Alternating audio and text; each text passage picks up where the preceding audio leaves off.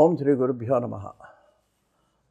ఇల్లు మారినప్పుడు లేదా కొత్త ఇల్లు కట్టుకొని వెళ్ళేటప్పుడండి ఇంట్లోకి మనకి జనరల్గా మనకు వచ్చే అనుమానం ఏంటంటే బీరువా ఎక్కడ పెట్టాలి ఇదండి.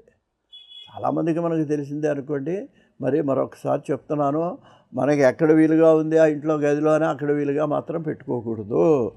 ఏమండి, బీరువా ఎప్పుడూ కూడా నైరుతి దిక్కులో కానీ పడమటి వైపు కానీ పెట్టుకోవాలి. దిక్కు నాకు ఏదో ఈశాన్యం తూర్పు ఆగ్నేయం మూల అండి, ఇది నాకు చాలా చక్కగా వీలుగా ఉందండి, ఇక్కడ కిటికీలో వీలుగా బీరువా సేఫ్టీగా ఉంటుందని నేను పెట్టుకుందాం అనుకుంటే, అట్లా కనుక మీరు పెట్టుకున్నట్లయితే ఏమండి దొంగతనాలు జరగటం కానీ, వస్తువులు పోవటం కానీ, ధనం రాకపోవటం కానీ జరుగుతుంది. అందువల్ల ఏంటంటే ఆగ్నేయ దిక్కులో కానీ ఏమండి, అలాగే ఈశాన్యం దేవుడు పూజ చేసే చోట అక్కడ బరువు ఉండకూడదు. ఇలా మనం ఆ దిక్కులు మనకు తెలుసు, మనకే తెలుసు, పెద్ద దీని గురించి ఎవడో పండితుడు చెప్పక్కర్లేదండి. ఇటువంటి చోట మన బరువైన వస్తువులు పెట్టకూడదు. బరువు నైరుతిలో ఉండాలి.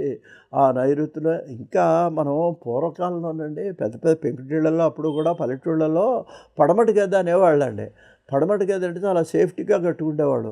దాంట్లో ఈ బీరువాలు ఇవి ఇప్పుడంటే ఈ పొడుగు బీరువాలు వచ్చినాయండి. అప్పుడు నల్ల చదరంగా ఉండే బీరువాలు ఉండేవారు. అవి అబ్బో అసలు ఒక పట్టాన్ని అది పగలగొట్టినా కూడా పగలవండి. అది మార్వాడీలు వాళ్ళ దగ్గర ఇప్పటికే ఉంటాయి కొంతమంది దగ్గర. అవి గట్టిగా 4 వైపులా ఉంటాయి, నల్లచదరంగా ఉంటుందండి. మన కుర్చీ ఎత్తునే ఉంటాయి ఆ బీరువాలు. అటువంటి వాటిలో బంగారం వస్తువులు ధనం అని వాళ్ళు దాచుకుంటారనమాట. అటువంటి బీరువాలని మరి ఇవన్నీ కూడా పూర్వం ఏంటంటే ఆ ధనంతో ఉండేటువంటి ధనాగారమైనటువంటి బీరువాలని నైరుతి దిక్కున, అంటే బరువు కింద.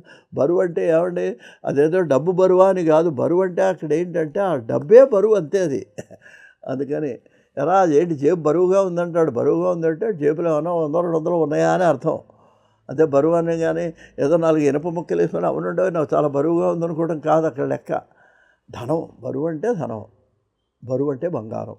అది రెండింటికి అది మనకు ఉపయోగంలో పడాలన్నట్లయితే ఈ నైరుతి దిక్కున కనుక మనం లేదా పడమర వైపు కనుక గోడ కానిచ్చి పెట్టుకున్నట్లయితే అది మనకు శుభకరంగా ఉంటుంది అని పెద్దలు చెప్పారు. కాబట్టి ఆ విధంగా మనకు బీరువాని మనం ఏర్పాటు చేసుకుంటే, ముఖ్యంగా గృహ నిర్మాణం చేసేటప్పుడు అసలు ముందుగానే మనం ఆ విధంగా ఆలోచన చేస్తే ఇంకా ఉపయోగంగా ఉంటుంది. మనకి ఏది ఎక్కడ పెట్టుకోవాలి, ఫ్రిడ్జ్ ఎక్కడ పెట్టుకోవాలి, మీరు ముందే ఆలోచించామనుకో, కట్టేటప్పుడే మనం అతనికి చెప్పేస్తే ఈ ప్లేస్లో ఇది, ఈ ప్లేస్లో ఇది అని చెప్తే మనకు ఇంకా ఇబ్బంది లేకుండా ఉంటుంది.